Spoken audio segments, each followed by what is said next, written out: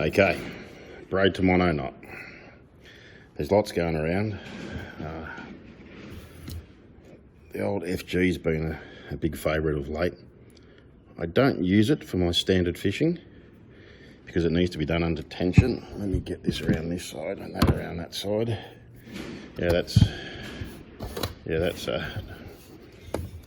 Darwa J braid. We don't sell that stuff.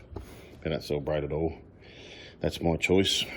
So that's 50-pound braid, which I normally use, and I run that to a 50-pound leader. Now what I tie is sort of like an improved Albright, but I've put a bit of a twist on it. Been tying this a hell of a long time, ever since I've been using braid. You can do uni to uni. Look, FG is a fantastic knot, as long as it's tied properly, and it must be done under tension. This can be done loose, and it can also be done without looking at it if you can do it. If you can do it for long enough. Right, double your mono. I don't normally have a tag that long, but I'll do it that long, just to make it easier to see it all. How I do this: braid through that loop. I pull it away from yourself. Give yourself a bit of a, it's hard to see from the camera, bit of a longer tag. Now stick my finger over this and I put a little half hitch just in that bit there. That's about which fingers go where when you've got big fat bear claws like me. So I stick that finger in there and I hold that little half hitch in place there. Very hard to do this slowly. I come back down the line and I wrap. Pinch it there, so I've come back down the line, pinch it there, and then I wrap back down again. Your standard Albright, I believe, starts this end and runs back up. So I wrap this, I don't know, I do it 22 times because I don't know, it's my lucky number. I've lost count now, but just to give you the idea. Now once you've wrapped back that way, there'll be a loop at that end where you pinched and started it.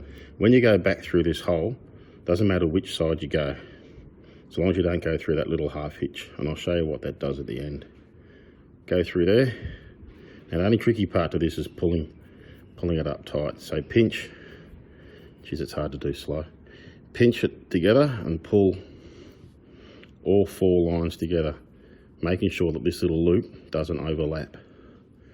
Pinch it down until the whole thing pulls in tight. Pull all 4, and then drop the 2 tag ends and pull that in. Now to cut off the braid scissors. Doesn't really matter, you have to do that close because it doesn't affect anything. Now this mono, you've got to cut that right in close, and these little scissors are great, or these decky cutters. As long as you get there, as long as you don't pinch that bit of braid, and cut that off there. Now it's super strong. Yes, it'll flick a little bit going through your guides, but you can tie it not under tension, and you can tie it quick and easy like that. Give that a go. Hopefully you can make sense of it, and looking at it from this angle might make it easier. There's tons of knots out there. That's just the one I use. What I didn't show you is what that half hitch does. If you have a look in there, I don't know if you can see it in the camera, it does a nice little really hard bite and tight and pinches on that mono, because that's where the main strength of the knot is. It doesn't allow that mono to pull back around out of that loop. So I'll tie it again, and I'll see if I can do it a bit better this time. I'll try and do it at speed, because you can always go back and have a look. Give yourself a bit more line. It's a bit freaky, these big fat hands coming into the video close, but anyway, here we go. I'll just go through there, half hitch, finger in there. So you see, when you want to do it properly, you can't. Pinch it there, do your wraps back again.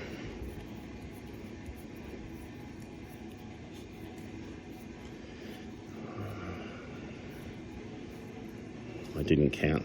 For this purpose, it doesn't really matter. Through there, pull all 4. Again, watching that little bit on the end. Pull all 4 in. Because I've let that go, you can see it's pinched up on there. It's important you pull that properly. Haven't done enough wraps on this. Pull that tight. You can see that little half hitch bites right in. Over time, eventually this knot will cut through that mono, but I'll change it every couple of trips, and sometimes depending on how many crappy big fish I've got to get rid of, I'll change it regularly. I run about 5 to 7 meters of mono shock.